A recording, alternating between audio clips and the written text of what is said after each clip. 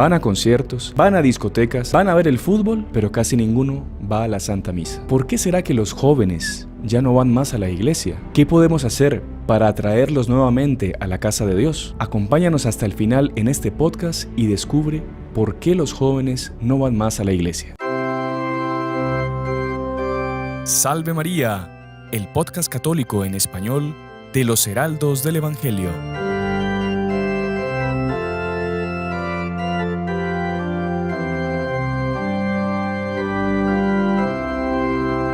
Muy estimados amigos que nos acompañan por nuestro canal de YouTube y por las otras plataformas por las que sale nuestro programa, bienvenidos una semana más a Salve María con los Heraldos del Evangelio, este programa católico que hacemos desde aquí, desde El Salvador, para todos ustedes con todo el cariño del mundo, esperando pues que sea de su agrado y que les haga bien, especialmente al alma, que es lo que más nos interesa. El día de hoy estamos, como ya es costumbre, con nuestro queridísimo Padre Íñigo Abad. Salve María, Padre, ¿cómo está? Salve María, hermano Sebastián. Es una alegría estar aquí nuevamente en el podcast. Y pues como usted decía, ¿no? Aquí desde El Salvador los preparamos con muchísimo cariño para todos ustedes, todos los que nos siguen, todos los que verán este programa. De verdad que es una gracia el poder hablarles para ustedes porque es lo que nosotros queremos, o sea, queremos estar con ustedes, queremos hablarles, queremos enseñarles la medida que podemos, claro. Aprender mucho también de ellos, ¿no? Sí. Leyendo los comentarios, aprende mucho. Sí, por eso, exactamente. Contra lluvia, mal tiempo, temblores, terremotos, sí. Aquí seguiremos. Aquí estamos. Desde que Dios lo permita, así en este programa. Uh-huh. Y Padre, y el día de hoy, cada semana siempre decimos lo mismo. Hoy es un programa muy importante, es un tema muy importante, pero es verdad. Sí. O sea, no podemos decir que no. Y porque, bueno, ya en los últimos años se ha agravado mucho más, pero ya hace unas décadas se comenzó a dar un fenómeno en la iglesia que es un fenómeno muy triste. Uh-huh. Es algo bien difícil, una realidad que duele verla. Y es que cada vez más se nota en las iglesias que, por así decirlo, el color del cabello de las personas que asisten como que se va volviendo más clarito, más blanco. Y ya no se ve pues a los jóvenes, a los uh-huh. niños dentro de la iglesia. Ya se ha vuelto casi que un lugar donde solo gente mayor va y asiste a la misa. Uh-huh. No vamos a generalizar, claro. Evidentemente. Hay países, bueno, en América Latina sobre todo, todavía se ven muchos jóvenes. Uh-huh. Pero es muy común ver en Europa, en algunos lugares de Estados Unidos también, que primero que todo que las iglesias o están vacías o están con personas muy mayores, o las iglesias están tan vacías que las propias diócesis lastimosamente las venden porque están con unas deudas gigantescas, y estos templos maravillosos, a veces bonitos, se van convirtiendo en lugares de ocio. Entonces uh-huh. los transforman en bibliotecas, en el mejor de los casos, en restaurantes, en discotecas, en pistas de patinaje. Y es algo bien triste. ¿Y esto por qué? Esto demuestra pues que hay una pérdida de la fe, ¿no? Una pérdida de la fe en la gente, pero especialmente en los jóvenes. Porque claro, uh-huh. si los jóvenes no van a la iglesia, pues las personas mayores van falleciendo y no se renueva esa fe, ese público. Uh-huh. Y bueno, y hoy justamente pues vamos a hablar de este tema. No de la pérdida de la fe, sino de el por qué los jóvenes no van a la iglesia, no van a la misa, no van al Santísimo. Y no solo vamos a hablar del por qué no van, sino que trataremos también de dar alguna solución a este fenómeno, ¿no? Uh-huh. ¿Por qué no van y cómo solucionar este problema pues, de los jóvenes que no van a la iglesia? Así que, bueno, Padre, le dejo aquí a usted la palabra para que comience un poco a desarrollar y nos diga a ver qué le parece a usted. Sí, pues, hermano Sebastián, la verdad es que ese problema es un problema, como usted dice, muy triste, ¿no? Porque hay algo en los jóvenes, si nosotros también nos consideramos jóvenes, pero en fin, hay algo en los jóvenes que la juventud da mucha vida. Sí. O sea, una casa, por ejemplo, con jóvenes, con niños, se entra en la casa, ya se ve vida, porque la propia naturaleza del joven, todo el organismo está más vivo, está mucho más vital, ¿no? O sea, la vitalidad de los jóvenes. Y cuando vemos la iglesia en muchos lugares sin jóvenes, da una impresión de que la iglesia se va muriendo. Ajá. O sea, no tiene tanta vida, ¿no?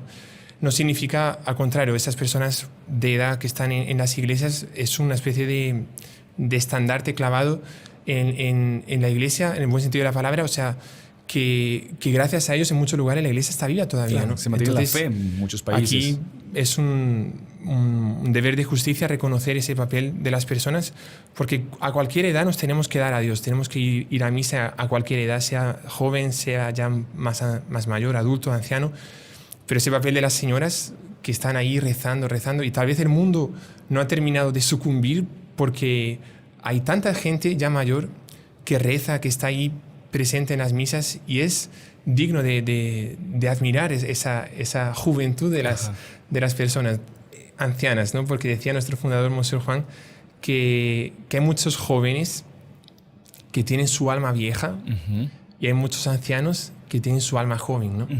Porque lo que rejuvenece el alma es la virtud, es la santidad. Entonces hay jóvenes que ya están gastados en su alma, pero hay personas mayores que son jóvenes. Bueno, nuestro fundador mismo tiene 83 años y uno le ve y está joven, claro, de alma. Joven de alma, que eso se transmite después al cuerpo, a la fisionomía, al ánimo de la persona, ¿no? ¿Sabe qué pintoresco? El hermano Fernando, él vivió muchos años en España y ellos tenían pues el grupo de familias que los acompañaban a veces a alguna actividad y era gente también mayor, pero que era gente súper fiel, que no fallaba nunca, siempre estaba en las peregrinaciones, cualquier evento que se hacía. Y ellos, pues por cariño, les decían las boinas blancas. Así como están las boinas verdes, que son las que van a las misiones más difíciles, le llamaban a este grupo de señoras las boinas blancas. Claro, por el cabello blanco. Claro. Y era gente muy, muy, muy buena, muy entregada, ¿no? Qué interesante, sí. Es justamente eso, ¿no? O sea, hay edades en las cuales pues la persona, como decíamos, la persona tiene que entregarse a Dios en cualquier momento, ¿no? Pero es bonito ver que gente con edad todavía conserva esa juventud del alma, ¿no? Sí. Pero, como decíamos, también es verdad que hay un dinamismo propio en los jóvenes, que el hecho de no estar en la iglesia, se ve la iglesia como que más triste, ¿no? Más, no sé, menos risueña, menos alegre. Y es un tema muy importante este, como usted decía, todos los podcasts tratamos temas importantes, pero este aquí es muy importante porque la juventud es el futuro de nuestro mundo. Sí. O sea, esos jóvenes un día van a ser mayores y van a gobernar, o sea, van a dirigir este mundo, ¿no? Y es si los jóvenes son buenos, son santos, son católicos, son gente de Dios, pues el mundo será mejor. Pero si los jóvenes pues no quieren saber nada de Dios, evidentemente pues este mundo va a ser peor todavía que estamos, ¿no? Claro. Entonces es un tema que me parece muy importante tratarlo, ¿no? Está bien, padre. Entonces, ¿cuál diríamos? En fin, le comento, yo la semana pasada hice en Instagram, todo esto que le encanta a los jóvenes, justamente una encuesta de que la gente pusiera por qué, cuáles eran los motivos por los cuales los jóvenes o ellos no iban a la iglesia. Sabe que fueron más de 500 respuestas. Qué impresionante. Muchas se repetían, evidentemente, y también de ahí hemos sacado pues, algunas ideas para este programa. Pero yo diría que el primer problema, por así decirlo, cataloguémoslo así, sería el problema de la edad en sí. O sea, la juventud de por sí tiene ciertos factores, ciertos problemas, entre comillas, que como que le impiden a la persona acercarse a las cosas de Dios, ¿no? Sí. No sé si... Sí, claro. Yo creo que el primer problema del por qué los jóvenes no van a misa es justamente lo que usted dice, es la edad, el ser joven. No significa que el ser joven sea una especie de obstáculo para ir a misa. O un justificativo para no ir. Claro. Significa que en la realidad juvenil, o sea, los jóvenes viven una serie de emociones, factores físicos, psíquicos, emocionales, que si la persona no lo sabe llevar bien, esos factores le van a alejar de Dios, ¿no? Entonces los jóvenes, por ejemplo, primero, el no ir a misa no es solo el único problema de los jóvenes. O sea, hay jóvenes metidos en todo tipo de horrores hoy en día, que solo van a fiestas, también pues el alcoholismo, y se ve más presente en los jóvenes que en las personas adultas. ¿Pero por qué? Porque los jóvenes tienen, como decíamos antes, un dinamismo propio, que quieren cosas nuevas, quieren aventuras, quieren vivir la vida, ¿no? Y ellos que como estuvieron, por así decirlo, entre mil comillas, prisioneros dentro de casa, ellos quieren, ya cuando cumplen 14, 15 años, ya piden autorización para salir y quieren hacer un montón de cosas que no han vivido todavía. Claro. Los adultos pues ya han vivido de su juventud, entonces ya saben que muchas cosas de esta vida no valen la pena. Claro. Pero los jóvenes quieren probar cosas nuevas, ¿no?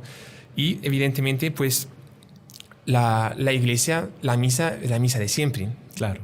O sea, la misa no es una cosa nueva que, como si fuese una serie de televisión, que la persona colgó un capítulo y el capítulo de ese día es diferente al día siguiente, va cambiando. La misa es siempre la misma. Va a cambiar un poco pues, el santo de cada día, la homilía, las lecturas, pero en sí es sentarse en un banco y ver al padre que está celebrando, ver el sermón que dura más o menos lo mismo cada día. Bueno, algunos a veces dura un poco más, otras veces un poco menos, ¿no? Pero esa monotonía, por así decirlo, de la misa, pues hace con que el propio joven, ese deseo de vivir cosas nuevas, pues no está saciado, ¿no? Entonces quiere ver en otros lugares el sentir cosas nuevas. Claro, ¿no? como usted decía también, la época de la juventud es una época de muchos cambios. Cambios, sí, en la edad de la pubertad, por ejemplo, Claro. empiezan a descubrir un montón de cosas desconocidas y bueno, y hormonalmente también hay una explosión ahí adentro. Y también hay un fenómeno en que los jóvenes, claro, como que quieren, como usted decía, sentirse libres, esa liberación de ese, entre comillas, yugo de la casa, de las normas, de las familias, y ellos llegan a una situación en la que ellos, por más, ya lo vimos, no tienen experiencia ninguna en el mundo, pero creen que ellos saben todo y que quieren comerse el mundo ellos solos. Y entonces ya lo que dice el papá, lo que dice la mamá es algo que para ellos no vale nada, sino que él confía en su, entre comillas, experiencia, que en realidad es ninguna, ¿no? Y él sale y se encuentra con el mundo y, bueno, probablemente, como pasa mucho, se golpea, se choca de muchas formas. Y recién es con esas caídas, con esos golpes, que la persona empieza a darse cuenta de que el mundo no es lo que él pensaba. Que el mundo no es una serie de televisión, que no es un videojuego, que no es... Es una cosa seria. Pero bueno, pero todo eso afecta también en ese acercamiento a las cosas de Dios, ¿no? Porque no deja de ser, por así decirlo, un yugo, unas reglas que él tiene que cumplir, que tiene que seguir, porque ser católico pues tiene unas exigencias, tiene unas normas que el joven, por su rebeldía, entre comillas, no quiere cumplir tampoco, ¿no? Es la fase de la rebelión, ¿no? O sea, infelizmente, ¿cuántos jóvenes, pues como usted dice, dejan a los papás súper preocupados? Claro. Porque no les obedece, después llegan a cualquier horario que quieren a casa, por más que los papás dicen no tienes que estar aquí a las 9 de la noche, el 10 de la noche, no sé, y el chico o la chica pues hasta las 2 de la madrugada se queda ahí, la persona no sabe dónde estuvo, si estuvo en la casa de su amiga o estuvo en otro lugar o en una discoteca o lo que sea. Es una fase que es muy preocupante para los papás. ¿Por qué? Porque los jóvenes están explotando dentro de sí ese dinamismo que ellos tienen, que Dios lo creó así, ¿eh? O sea, Dios lo creó así, después vamos a ver cómo solucionarlo, pero Dios quiso que los jóvenes tuviesen una especie de explosión dentro de ellos mismos, que es el comenzar a vivir la vida, ¿no? Pero si no se toma cuidado, pues puede caer en verdaderos desastres, ¿no? Sabe que un padre allí en Brasil, un padre español, pero no voy a decir el nombre aquí, pero no soy yo tampoco, no se preocupe, pero él decía una cosa súper curiosa, decía que los cachorros de leones, creo que se llama así, por lo menos en los Salmos está así, los cachorros de leones, existe un fenómeno también, creo que con todos los jóvenes, inclusive los animales también, si se puede decir así, pasa eso, ¿no? Pero los leones son muy agresivos.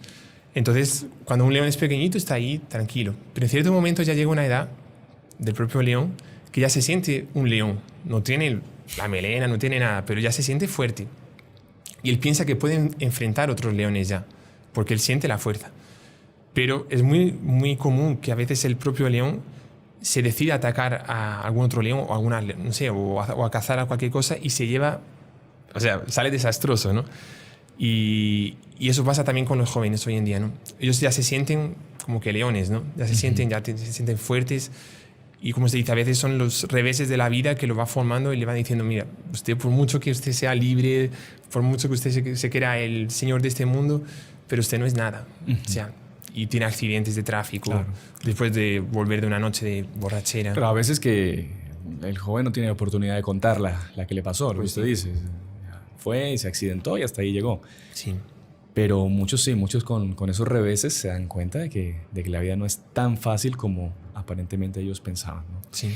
Podemos cerrar esa parte así. Ya de por sí el ser joven ya trae esas puede ser un dificultades. obstáculo para el no ir a la iglesia. Exactamente. Que no justifica ni nada, pero por toda esa explosión es una interna, explicación de por qué los jóvenes no van, justamente por ser jóvenes, ¿no? Está bien. Segundo, entonces, lo clasificamos así, usted lo puso. Problemas con este mundo. con Sí. el mundo. En el mundo en el sentido de enemigos del alma, ¿no? Ujú. Sabemos que los 3 enemigos del alma son el demonio, el mundo y la carne. Sí. Entonces, usted lo quiso poner así. Entonces, hay como que una gran atracción de los jóvenes hacia el pecado, ¿no? Claro. Nosotros, pues por el pecado original tenemos la tendencia, la concupiscencia que nos lleva, nos inclina hacia el pecado. Y es justamente una lucha no caer en ese pecado. Pero en los jóvenes, además de esa tendencia hacia el pecado, hay como una atracción, hay como Sí. una especie de brillo, es como dicen, el brillo de las luces de la noche como que atraen y el joven como que va atrás de eso, ¿no? Sí. Sí, tiene un poco de relación con el tema anterior de la propia edad, ¿no? Pero junto con el sí, porque podemos decir que el punto anterior era uno mismo, o sea, Sí. mi edad. Pero junto con mi edad, ahora el segundo punto, que es el mundo, es también la edad de los otros y cómo me atrae el mundo a mí, ¿no? Sí. Porque justamente por haber estado en la casa, por ejemplo, preservado, entre comillas, de un montón de cosas que la persona no tenía, cuando llega a la juventud, él puede comenzar a tener acceso a esas cosas, ¿no? Y ese mundo lo deslumbra. Sí. Y él quiere vivir ese mundo, ¿no? Y especialmente hoy en día, pues, sobre todo los pecados de la carne, pecados de impureza, o sea, la persona sin, entre comillas, ofender a nadie, puede hacer un montón de cosas, ¿no? Claro. Las propias redes sociales, el propio internet. O sea, en la juventud, si la persona no toma cuidado, se va entregando a esos pecados de impureza o de cualquier otro, ¿no? La pereza también. Y los pecados van cegando Sí. nuestra mente, ¿no? Entonces, por más que yo sé que tengo que ir a misa porque me lo enseñaron mis padres, porque yo sé que Dios es lo que me pide, pero la persona si no toma cuidado va entrando en el camino del pecado, porque el mundo se lo ofrece. Y como decía una lectura de la misa hace poco, ¿no? que explicaba por qué nuestro Señor Jesucristo hablaba en parábolas. Porque hay gente que tiene oídos para oír y no escucha, ojos para ver y no ve, inteligencia para entender y no entiende. Hay jóvenes que saben lo que tienen que hacer, pero los pecados van ensordeciendo, o sea, van dejando sorda a la persona y no se importa. Claro. Van dejando ciega a la persona y no se importa. ¿Por qué? Porque lo que quiere es disfrutar la vida. Claro, claro. Es sentir el placer, es sentir. Es una fase de sentir, de sentimientos. Y quiere disfrutar al máximo esta vida, ¿no? Y también hay varios moralistas que explican esto, del tema de los pecados contra la castidad, contra la pureza. Que cuando el joven entiende que ciertas actitudes, ciertos pecados, ciertas cosas que él hace, a veces en la intimidad o qué sé yo, son contra la ley de Dios, si él no tiene una actitud buena hacia esa ley de Dios, él llega a un momento en que empieza a rechazar y hasta odiar a Dios. Sí. Y lo empieza a ver a Dios como un tirano que no me deja justamente yo ser libre y sentir eso que yo quiero sentir, lo que usted habla de esas sensaciones Exactamente. exacerbadas. Entonces mucha gente se aleja de la iglesia, se aleja de la religión porque ven como que una especie de subyugadora de mis pasiones, de mi libertad. Claro. Y a muchos jóvenes les pasa eso, especialmente con ese tema de la castidad, de la pureza. ¿No? ¿Pero por qué? Si yo quiero sentir lo que yo quiero sentir, yo quiero hacer lo que yo quiero ver lo que yo quiero, Claro. ¿por qué la religión, la iglesia, Dios me prohíbe eso? Sí. No. Prefiero no tener religión para yo poder hacer lo que yo quiera. Y el hecho de ir a misa siempre es una especie de problema de conciencia, Claro. ¿no? La persona sabe que el padre está ahí, que tiene que confesarse, Exactamente. que no puede comulgar porque está en pecado. Se lo enseñaron desde que era pequeño. Pero si yo no voy a misa, como que voy colocando tapones en mis oídos y me voy alejando de ese problema de conciencia. No está tan cerca de mí, ¿no? Entonces es una excusa que la persona se va colocando, no voy a ir a misa porque tengo pereza, pero en realidad es porque no quiere enfrentarse a ese problema que él tiene de que tiene que ser puro, Sí. de que tiene que ser casto, de que tiene que practicar la ley de Dios, ¿no? ¿Se acuerda esa frase que nuestro fundador, Monsieur Juan, citaba mucho?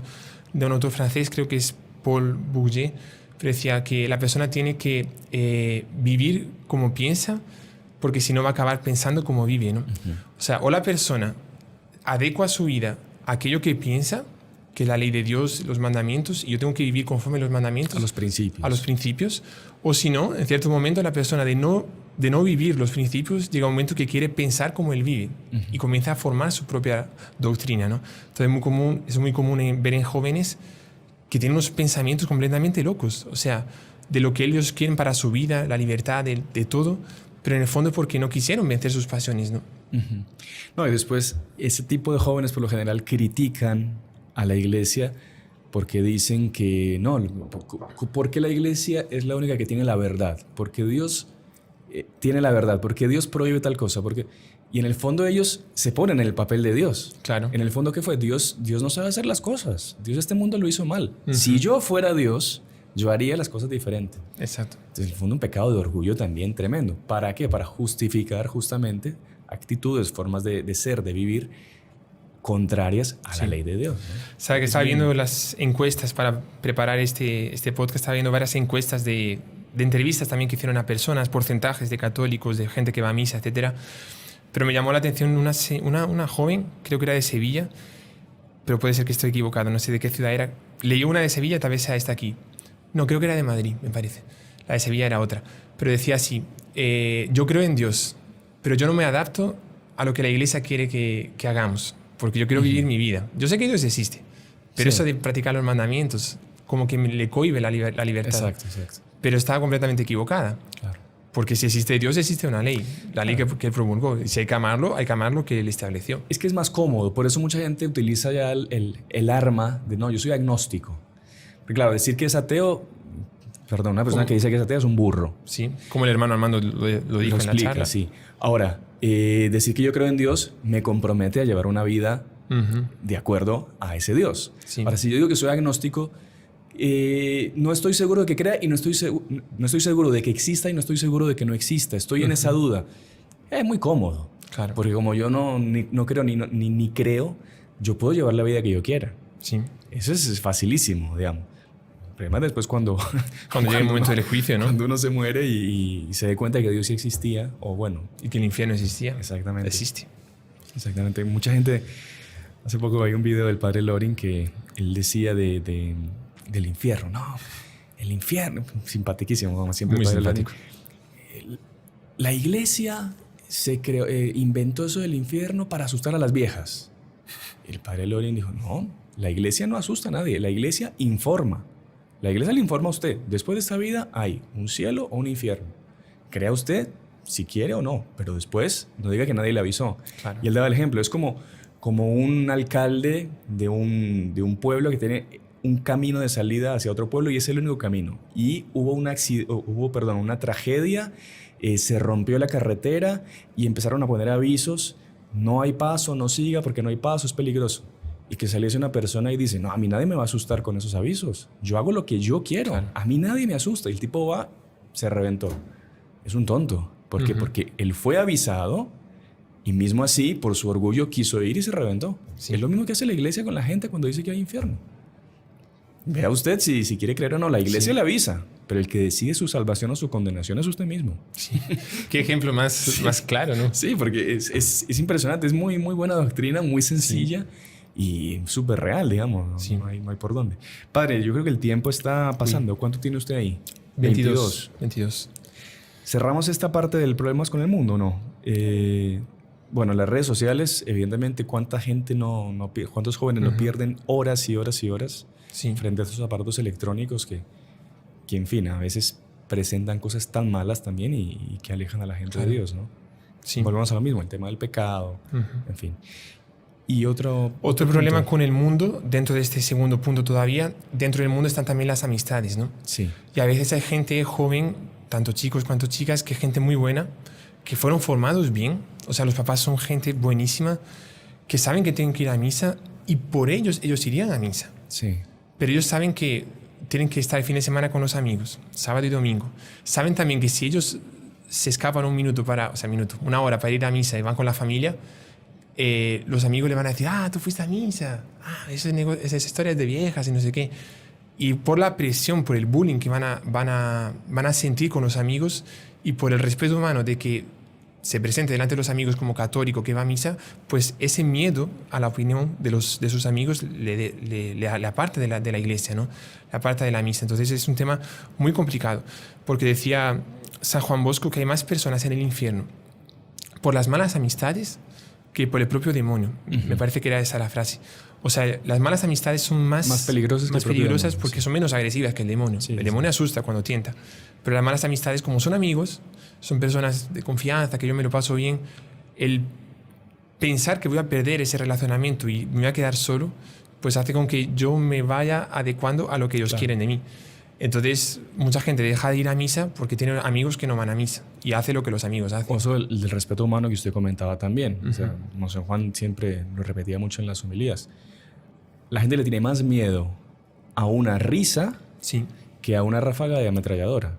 O sea, hay gente de verdad que con tal de que no se burlen de ellos o que no los vean mal o que son capaces de cualquier cosa.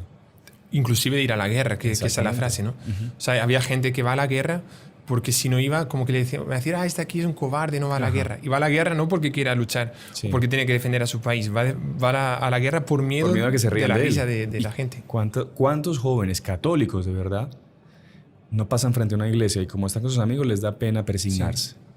¿No? ¿Cuántos Sí. van a comer Y no rezan. tiene la costumbre de comer en su casa, de agradecer a Dios por los alimentos, por un tema de respeto humano, de miedo a que se ríen, no se da la bendición, no agradece? Sí.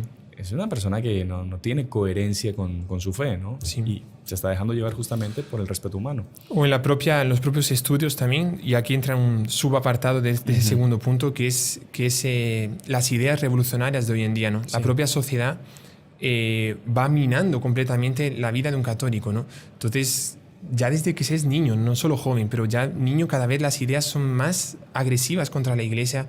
Después, la propia moral de las leyes de hoy en día, de todo lo que pasa, pues va destrozando completamente el joven, ¿no? Entonces, a veces un profesor que da una enseñanza contraria a la Iglesia, el chico, justamente por lo que hablábamos de los amigos, del respeto humano, no se pronuncia, ¿no? Sí. Pero al no pronunciarse, la persona poco a poco, como dice el refrán, el silencio otorga, ¿no? La persona se queda callada, va aceptando todo lo que dice. Entonces, como no hay nadie que se levanta y le dice, no, profesor, disculpe con todo el respeto, pero usted está hablando contra Dios, está hablando contra la Iglesia, eso está equivocado, porque iba a defender a la Iglesia, Claro. porque le falta formación y le falta esa valentía de defender a la Iglesia, pues él va aceptando todo lo que se va diciendo en las clases, en el colegio, en el bachillerato, después en la universidad. Y cuando sale de la universidad... ¿Sale sin fe? Sin fe. Sí. Completamente O sea que sin también, fe. y eso es muy grave, muchos jóvenes comentan sistemáticamente en universidades, Sí, primer semestre es Dios no existe. No importa la carrera que sea, pero en el primer semestre lo que intentan a toda costa es a usted quitarle su fe. sí. Es impresionante y con presiones gravísimas. O sea, materias que no tienen nada que ver. Un tipo que fue a estudiar, no sé, economía, ciencias políticas o qué sé yo, hotelería. Dios no existe. Es una presión, como usted dice, del ambiente Claro. atacando a esos jóvenes. ¿Para qué? Para que se alejen de Dios, de la religión, de la iglesia Sí, y se entreguen pues por entero a este mundo, ¿no? claro. Tremendo. Padre, yo creo que vamos a la pausa. Sí, perfecto. Nos quedan 2 ítems más, ¿no? 2 ítems más y después las Y soluciones. Las soluciones. Que eso Ahí, es... quiero ver usted Sobre todo para eso estamos grabando el quiero ver podcast, qué ¿no? solución nos va a dar, padre, porque la gente está ya queriendo saber. Sí, También, que- bueno, ya regresamos, no se despeguen, vamos con la pausa comercial. Salve María. Salve María. Continuamos con la segunda parte de Salve María con los Heraldos del Evangelio, el podcast católico en español de los Heraldos del Salvador. Y hoy estamos hablando de el por qué los jóvenes no van más a la iglesia, no van más a misa, no van más a nada. Y en la primera parte, bueno, Padre Íñigo nos estuvo explicando todo el tema pues de la parte de los jóvenes en sí, de la juventud, todos esos cambios que hay en el propio joven. Hablamos también de los problemas que hay con el mundo, la atracción del mundo hacia la juventud. Y ahorita vamos a entrar en el tercer punto, que es el problema de la familia en general, ¿no? Muchos jóvenes no van a la iglesia porque sus familias pues no les han inculcado desde pequeños o no les han explicado desde pequeños qué es lo que pasa en la misa, por ejemplo, la importancia de ir a la misa, la importancia de obedecer los mandamientos de Dios. No sé, padre, Sí. ¿qué nos puede decir de esto? Sí, claro. Aquí yo creo que entraríamos en como que dos aspectos o 2 tipos de familia, ¿no? Una familia que son católicos, pero que ellos mismos no van a misa y no dieron el ejemplo de ir a misa con su familia, con sus hijos. Entonces los niños fueron habituados a no ir a misa. Entonces, ¿por qué los jóvenes no van a misa? Porque ya desde que eran pequeños sus papás no le daban el ejemplo, ¿no? Claro. Pero también hay otros casos que los papás sí van a misa, quieren ir a misa, pero justamente los niños ya en la infancia, ¿no? Y después en la preadolescencia y ya en cuanto a los jóvenes hasta menores de 18 años que están bajo la tutela oficial de la familia, los niños de repente un día se levantan, no quiero ir a misa. Un niño de 7, 8 años. Y los papás le dicen, ¿no quieres ir a misa? No, yo no quiero ir a misa, quiero quedarme aquí durmiendo. Ah, vale, pues quédate. Y se quedan ahí. Y los papás no les llevan a la iglesia. Y es un deber de los papás, así como ellos tienen que garantizar su educación y tienen que llevarlos al colegio. No les pueden decir a sus hijos, no, si quieres puedes quedarte aquí una semana sin ir a clase porque estás con pereza. O sea, los papás tienen que... Eso es un punto que yo le quería preguntar. Un hijo menor de edad, o sea, estamos hablando de niños, ¿no? Sí. O delante de la ley. Hasta los 18 años. Delante de la ley, menores de edad. Un papá y una mamá católicos, ellos pueden obligar a su hijo a ir a misa. Deben obligarlo, porque el ejemplo que usted da del colegio es perfecto. No, porque a los niños hay que darle libertad para escoger si quieren ir o no ir a misa. Entonces, ¿por qué también no les da libertad de escoger si quieren o no quieren ir a estudiar al colegio? O sea, sí, aquí es un tema delicado, pero me parece que es muy importante hablarlo, ¿no? Si un papá debe obligar a sus hijos a ir a misa cuando ellos no lo quieren. La respuesta es que sí debe obligarles a ir a misa. ¿Por qué? Evidentemente tenemos que hacer una cláusula, por así decirlo. Una salvedad. Una salvedad, que los papás no pueden obligar al niño a creer en aquello que él no quiere. O sea, existe una libertad de religión, un derecho que está dentro del ser humano también, que eso hay que respetarlo, ¿no? O sea, la iglesia no puede obligar a una persona a creer en Dios, no puede obligar a la persona a tener una religión. La iglesia en esa materia es libre, o sea, deja a la persona libre. Pero en cuanto la persona son niños o jóvenes, así como los papás son responsables de todo lo que sucede en su cuerpo y en su alma, y si tienen una enfermedad, son los papás que tienen que llevarlo al hospital. Si tienen un problema en el colegio, son los papás que tienen que solucionarlo. Así también los papás tienen que cuidar de toda la educación moral de sus hijos, sean en sus cuerpos y en sus almas. Claro. O sea, ustedes, los papás, son responsables por la tutela, o sea, por el cuidado de su hijo en el lugar donde esté. Un papá que no quiere dejar a su hijo ir a una fiesta, porque no debe, él es responsable y dice, no va. Y así también, si él quiere ir a un restaurante un día y van en familia y van a comer, no sé, aquí tenemos el lago de Coatepeque, por ejemplo, quieren pasar un domingo en familia y el niño dice, yo no quiero ir. Usted va con nosotros, Sí, vamos a pasar un día en familia, usted tiene que obedecer. Los papás son... Me acuerdo de un libro muy, muy interesante que decía, la familia es un pequeño reino. Y el papá es rey y la mamá es reina. Evidentemente no es una dictadura, es una monarquía, por así decirlo. Pero ellos tienen leyes, así como un reino, un país tiene leyes, en la propia casa hay leyes que tienen que ser seguidas. Y por hacer parte de la familia, donde Dios quiso que usted estuviese, en su familia, usted tiene que obedecer a sus papás, desde que no sea pecado. Pero los niños tienen que obedecer a sus papás y los papás tienen que cuidar de todo lo que concierne a la educación de sus hijos. Que es una promesa que ellos hicieron en la hora del matrimonio. Exactamente. También, ¿no? Así como se promete fidelidad mutua del esposo con la esposa con el esposo, en la tristeza, en la alegría, en la salud, en la enfermedad, en la prosperidad o en la pobreza, también se promete, mucha gente se olvida de eso, pero se promete educar a sus hijos en la religión cristiana. Claro. Entonces un papá tiene la obligación moral de colocar a sus hijos en la catequesis de primera comunión, de confirmación, de cuidar de que estén frecuentando la catequesis, de que no se vayan. Claro. Porque claro, no, yo estoy con mi hijo en catequesis, pero también me lo llevo de vez en cuando para no sé qué. Y de 10 clases, el niño asiste 5 clases. Está en catequesis, pero la mitad se lo perdió. Claro. ¿Quiénes son los responsables? ¿Los papás? Claro.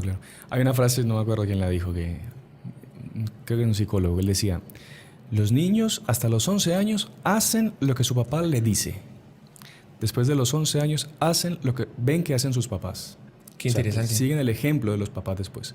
Entonces, usted, evidentemente, usted le puede decir a su hijo, anda a misa, pero si los propios papás son, ay, no, hoy no vayamos, vámonos al mar. Ay, hoy no vayamos, qué pereza. Hoy no vayamos, que hoy juega el Deportivo no sé quién contra el Atlético no sé cuánto. Un partido de fútbol. Y, claro, entonces el niño, él va viendo lo que sus papás hacen. Y es muy común también que pasa lo siguiente. Sí, creo que la mamá... Está insistiendo, vamos a misa, no sé qué, pero el papá dice, no, hoy yo me quedo, yo no voy. Claro, y usted ve la pobre mamá como que pierde toda la autoridad delante de sus hijos porque el papá no va a misa. Sí. Es tremendo eso también. Y la mamá, entre comillas, obliga a sus hijos a ir a misa, pero el papá le dice, no, puedes quedarte. Sí. Entonces el hijo no va a desobedecer a sus papás, ¿no? Porque a su mamá sí, pero a su papá no, entonces Claro, 50%. El papá es responsable después delante de Dios. Sí, de lo claro. que pueda pasar ahí con la pérdida de fe de sus hijos. O el niño dice, no, mamá, me obligas a ir a misa, pero papá no va. Exacto. ¿Por qué voy a ir a misa? Yo me Exacto. quedo aquí con papá y nos quedamos juntos aquí. Eso pasa mucho. Es complicado, sí. Pero bueno, ahí a las mamás que sean perseverantes. Sí. Perseverantes y que ellas den el ejemplo en la casa y por más que les toque ir solas a misa, pero no pueden Sí. faltar un domingo a misa. Y aún así yo creo que ellas tendrían el derecho de decirle, por más que tu papá dice que no hace falta Sí, que vaya, sí, sí. si es la ley de Dios, o sea, Exactamente. ellas tienen que prevalecer si es pecado grave, no ir a misa, ¿no? Y también en la familia están no solo la parte del mal ejemplo en materia de ir a misa, pero también en materia moral, ¿no? Claro. Porque evidentemente no pasa con todas las familias, pero a veces pues hay muy malos ejemplos dentro de la familia. Entonces el propio papá, la mamá, hermanos ya mayores, tíos, que por ejemplo, no sé, en una fiesta se alcoholizan y toman un montón de cerveza o toman lo que sea, el niño o los jóvenes van a crecer viendo esos malos ejemplos, ¿no? Entonces eso, como decíamos antes, va minando también Claro. su adolescencia, su pureza, ¿no? O que los niños escuchan de sus papás, con sus amigotes y eso, críticas a la iglesia también. Sí, A los curas y no sé qué, y a la religión. Y después, porque hay muchos papás que hacen eso, pero después de vez en cuando van a misa y no sé qué, y están ahí porque su esposa lo lleva. claro. Pero claro, todo eso le va entrando, Eso va entrando. a su hijo y le va quedando esa especie de aversión también a la religión. Sí. Y junto con los malos ejemplos también está pues, el permitir que los papás muchas veces permiten que sus hijos vayan a cualquier lugar, ¿no? Claro. A cualquier fiesta con música, con reggaetón, con bailes, con discotecas, también que se vende alcohol, o sea, no sé, tomar alcohol no hay problema, pero sabemos que muchas fiestas de esas... Tomar alcohol con Con moderación, moderación, pero- no hay problema. moderación. Con templanza. Esas fiestas que hay hoy en día, es muy difícil que por lo menos alguien de los que está ahí no acabe. Que alcohol es lo más sano que se ven en esas fiestas hoy en día. Hay Pues de sí, todo ahí. Hay de todo. Y en materia de pureza también. Entonces, un papá que no toma el cuidado de que su hijo vaya o no vaya a ciertos lugares, el papá está haciendo, o sea, su hijo va a ser un delincuente en potencia, ¿no? Claro, claro. O sea, usted después prepárese para lo que su hijo va a hacer, pero el responsable es usted.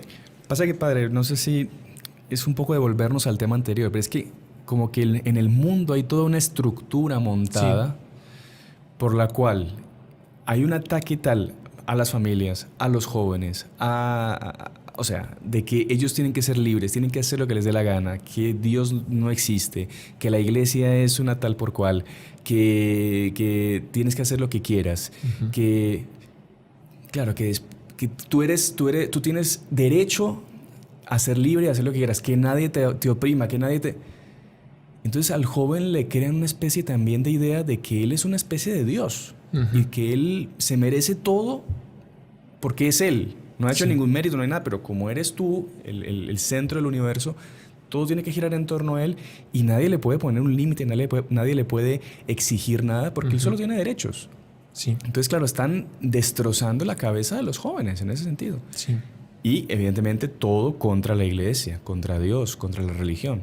Porque ese es el mayor enemigo de la revolución, por así decirlo, del demonio, evidentemente es la religión católica, la Claro. iglesia católica. Es ¿Sabe? complicado, ¿no? Muy complicado. Lo que se estaba analizando, pensándolo ahora un poco también, pero uno ve que el principal objetivo del demonio son los jóvenes. Claro. Porque con niños son todavía muy niños, no van a cambiar este mundo así. También con los niños, ¿no? Recordemos las profecías de Nuestra Señora del Buen Suceso, que decía que el demonio, sobre todo en el siglo XX y XXI, eso son profecías del siglo XVII, Nuestra Señora dice, el demonio se alimentará del manjar exquisito de la inocencia de los corazones de los niños, ¿no? El demonio quiere manchar esa inocencia, ¿no? Sí. Pero en el momento actual lo más decisivo para el mundo, para el futuro, son los jóvenes. No son ya los adultos, ni los ancianos, ni los niños pequeños. Entonces, los más atacados son los jóvenes. Claro, claro, claro. Y tienen muchos factores que el demonio se va a usar de esos ataques. La propia juventud, como decíamos antes. Pero claro, el demonio, o sea, el joven sufre unas tentaciones del demonio súper fuertes, que tal vez un adulto ya formado o un anciano no tenga tantas. También lo tiene, claro, pero los jóvenes son muy atacados por el demonio. Mucho, mucho. Muy atacados. Bueno, y eso que no estamos hablando de un joven que, digamos, a los ojos del mundo, pues, comete la locura de pensar ser religioso, pensar ser sacerdote. Eso ya es una especie de paria de la sociedad, de que casi que hay que meterlo a un loquero. Sí. Tal la presión que existe, ¿no? Claro. O sea, estamos hablando de un joven normal que su obligación como católico es ir a misa por lo menos el domingo. Sí. O sea, ya un joven que quiera, en fin, ya ser santo, por ejemplo, que es la obligación de todo bautizado, ya es, como digo, un loco. Entonces, es tal la presión que hay que es impresionante, es duro. Pobres jóvenes, de verdad. Pues sí, por eso hay que rezar muchísimo por los jóvenes, ¿no? Padre, y ya ese era el tercer punto, que era el tema de la familia, ¿no?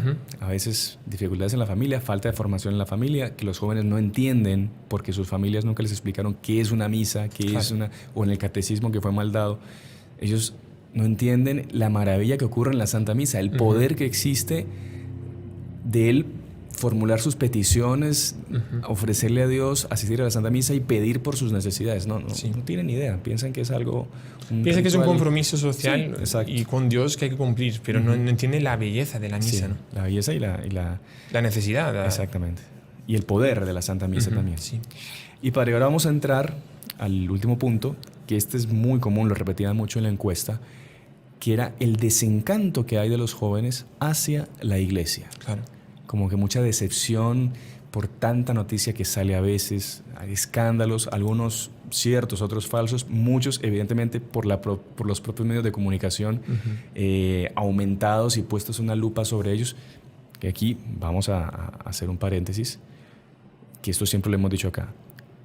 Sacerdote o persona de la iglesia que comete un delito y que es comprobado que cometió un delito, debe pagar por ese delito. Aquí no estamos diciendo que no y que tipo que es un delincuente tiene que pagar lo que hizo. Eso vamos aquí. Pero también es verdad de que ya hay una especie de aversión creada hacia los sacerdotes, hacia la religión, por la cual cualquier cosita así, mismo sin llegar a la conclusión de que fue real o no, ya le dan una especie de bomba de noticias, que justamente lo que el padre decía era acabar con la iglesia. El objetivo es acabar con la iglesia, acabar con el prestigio de la iglesia y alejar a la gente de la iglesia. Claro. Entonces hay que tener mucho cuidado con eso. Entonces, muchos jóvenes se alejan o no van más a la iglesia por eso, porque hay una especie de aversión y de rechazo por tanta cosa que se ha visto. Claro. Y a eso se suma que también los propios papás, como hay tantas noticias, ¿no? de eso, a veces falsas o verdaderas, y que nunca debería haber existido, evidentemente, pero hay noticias de que pues, pasa lo que pasa a veces con jóvenes, con niños o lo que sea, pues los propios papás no los llevan, ¿no? Claro. a la catequesis con miedo de que pase algo, ¿no? Claro. Pero en realidad es o sea, el demonio los hace generalizar algo que no es tan común, ¿no? Claro. No vas a decir que en cualquier parroquia va a haber siempre un padre que va a hacer eso, ¿no? Entonces, el demonio se aprovecha de eso para cada vez menos los jóvenes frecuentar la iglesia, y muchas veces los propios papás dicen, no, pero si los padres son no sé qué, los sacerdotes son no sé cuántos, y los papás no llevan a los niños para ser monaguillos, para colitar la misa, para estar en la catequesis por miedo de eso. Pero en realidad es una excusa barata de cosas que pasan, es verdad, pero hay que tomar providencias y estar atento, pero no significa que va a pasar siempre, evidentemente. Busque usted, la gente no es tonta, la gente sabe cuando hay un buen sacerdote, cuando hay una parroquia que usted ve que las cosas funcionan bien. O sea, evidentemente es un tema de sentido común también de las personas, ver a dónde ponen a sus hijos. Que repetimos, han habido casos lastimosos, horribles, espantosos, que hay que pagar, evidentemente. La persona que es comprobada que cometió eso tiene que pagarlo. Pero no se puede generalizar. Claro. No se puede generalizar. Justamente eso es lo que quiere el demonio, que se generalice. Y ¿qué ha pasado? Yo a veces viendo comentarios, ven un video nuestro, un tipo cualquiera, que es un anticlerical y ya empieza a insultar de que somos un... O sea, primero todo es un juicio temerario. Después usted ve el odio que él tiene hacia la religión y en el fondo él está justificando justamente estar lejos de Dios, y su forma de justificarse es, no, todos estos curas son unos degenerados. Cuando no es así, discúlpeme que le diga. Y aunque por absurdo fuese, que no es evidentemente, pero eso no justifica usted no ir a misa. Claro. O sea, usted es responsable por sus actos, no es el padre que va a pagar sus actos. Exactamente. Si usted tiene una obligación de ir a misa todos los domingos, usted tiene que ir. Sí. Sea lo que sea. Pero bueno, pero también es verdad, lastimosamente, que muchos jóvenes, y esto yo lo he visto también, que usted va a veces a misa Y usted entra a la iglesia, asiste a la misa, escucha el sermón y se va de la iglesia igual o peor de lo que entró. Ujú. Porque o no le explican bien, o le hablan de otros temas, o se meten en temas de política, o se meten... Y la gente los jóvenes, cuando van a la iglesia, van buscando algo, una respuesta a alguna inquietud, a alguna dificultad que tienen. Entonces, por eso es la importancia de una misa bien celebrada, de un sermón bien preparado, Claro. bien adaptado al público al que usted está Sí. predicando. El padre le toca predicar cada domingo y bueno, la gente pues sale bien agradecida, bien contenta, pero es súper importante eso. Si no, el joven evidentemente, si llega ahí a la misa a aburrirse, evidentemente no va a volver. El sacerdote debe saber que tiene que hacer bien a todas las personas que están en la misa y tiene que adecuarse. Y aunque haya de todo tipo, o sea, niños, jóvenes, adultos, ancianos, él tiene que hacer un sermón que se adapte, que coja a todos. Y saber que como los jóvenes tienen tantas opciones para divertirse de otra forma, él tiene que llenar ese deseo de, entre comillas, diversión con algo interesante. O sea, contar historias de santos, contarlo de una forma viva, para que la persona no se despegue del sermón, ¿no? Sabe que la palabra homilía viene del griego, de un verbo que significa conversar, platicar. Porque la homilía es solo el padre que habla, vale, pero tiene que ser conversado. Y no puede ser un texto como un sermón leído, por ejemplo. Eso mata a cualquier persona. A mí me ha tocado ver, Dios santo. O sea, es que puede ser súper bonito, pero si es leído, o sea, que se puede hacer, vale, es permitido, pero habla un poco que el padre no está tan preocupado en hacer un bien, porque sabe que cuando la persona comienza a leer después de 2-3 minutos, probablemente se desconectó y está durmiendo, ¿no? Entonces tiene que hacerlo de una forma viva, animando, preguntando si la gente está despierta, si están entendiendo lo que se dice. Pero nuestro Señor Jesucristo era así. O sea, contaba parábolas, contaba imágenes y hablaba con los apóstoles. No era una clase. Nuestro Señor Jesucristo no dio clase de teología. Claro. Él hablaba con la gente. Entonces es muy importante porque si no hay una monotonía de la iglesia que no atrae a los jóvenes. Es todo el tiempo lo mismo, como decíamos antes, es un compromiso social y ya está, ¿no? Y después el joven, yendo a una iglesia, él tiene que encontrar esa belleza que lo acerque al cielo. Yo me acuerdo, me marcó mucho, en Estados Unidos, en una iglesia en St. Louis, era una iglesia espectacular, gótica, con vitrales. Cada vitral era una clase de catecismo, de los sacramentos, de santos, del rosario, imágenes bonitas. Y la iglesia llena. Y usted veía a los niños desde pequeños, y usted veía cómo el niño le iba preguntando a la mamá por cada cosa que había en la iglesia. Qué interesante. Y usted ve la importancia de hacer iglesias bonitas y de iglesias que de verdad nos acerquen a Dios. No, es que esta iglesia es moderna y claro, usted entra, usted no ve... Es lo mismo estar ahí que estar en un hall de un hotel. O no sé, o unas imágenes medio abstractas. No, pero es que son del artista no sé quién. Pero es que eso no le hace bien al alma, a los niños, a los jóvenes. Eso no atrae. Y era bonito porque después de que la niña pequeña hacía todas sus preguntas, su recorrido, quién era quién era San José, me acuerdo, Nuestra Señora, Santiago Apóstol, ella después iba viendo cada imagen y me acuerdo que tocaba las imágenes con una devoción y como que rezaba. Y a mí me marcó, claro, la importancia de que la iglesia sea eso, sea un reflejo del cielo, una especie de degustación de lo que nos vamos a encontrar en el cielo. Sí. Y por eso el empeño también de Monseñor Juan de hacer esas iglesias bonitas, ¿no? Para que el alma descanse y salga de este mundo corrompido, todo lo que hablábamos, lleno de todo lo que va contra Dios, entra y se encuentra en un lugar donde la persona se encuentra verdaderamente con Dios, que sabe dónde está el Santísimo Sacramento, tiene confesión, tiene todo. Escucha un sermón bonito, una adoración al Santísimo. Sí. Y muchos jóvenes se alejan por eso, porque van y las iglesias son verdaderos garajes, son sucias, son descuidadas, oscuras. Que no atrae a nadie, mucho menos a los jóvenes. Exactamente. ¿Sabe que eso me hizo recordar un comentario muy bonito del doctor Plinio Correa de Olivera, aquel que formó a nuestro fundador, Monseñor Juan, que decía, la revolución, el demonio, construyó, por así decirlo, un castillo, un palacio, en el cual hay todo tipo de delicias. Sí. O sea, hay todo lo que usted quiera de placeres, de todo tipo de pecados. Entonces, sobre todo los jóvenes, van a ese palacio es una figura, no es que fuese un palacio de verdad, pero es una figura explicativa, ¿no? Y él no consigue salir de ahí, porque tanto placer, hay tantas cosas buenas que se lo pasa bien, que él no consigue salir de ahí. Y el doctor Plinio decía, ¿qué debe hacer el bien? ¿Qué debemos hacer nosotros? Destruir ese palacio o decir a la persona que nunca entre más. Por más que se destruya ese palacio, por más que usted fuerza a la persona a no ir, él le queda en el alma el deseo de volver a hacerlo, de construir otro palacio con las mismas delicias.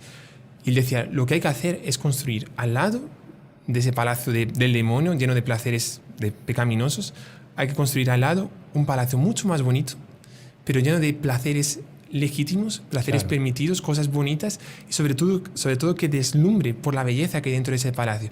Ahí está lo que usted decía, de un niño, una niña que entra en ese palacio, que es la iglesia, que se deslumbra con todo.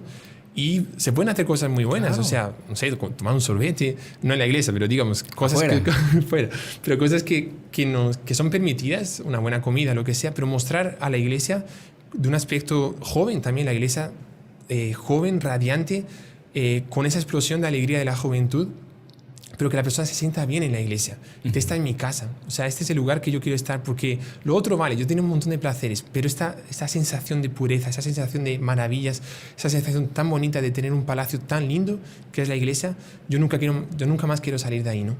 Y después una iglesia viva, porque no es solo el edificio, ¿no? Claro. Que haya, o sea, un sacerdote que quiera ser santo, por lo menos, que procure hacer bien a los otros, que, como decíamos, prepara un buen sermón, que la liturgia sea bien celebrada, una misa bien celebrada, con pulcritud, con lecturas bien hechas, un coro bonito, con incienso, que son todas las maravillas que tiene la iglesia y que por una practicidad o por pereza a veces, esa maravilla de la liturgia como que se va dejando de lado. Sí.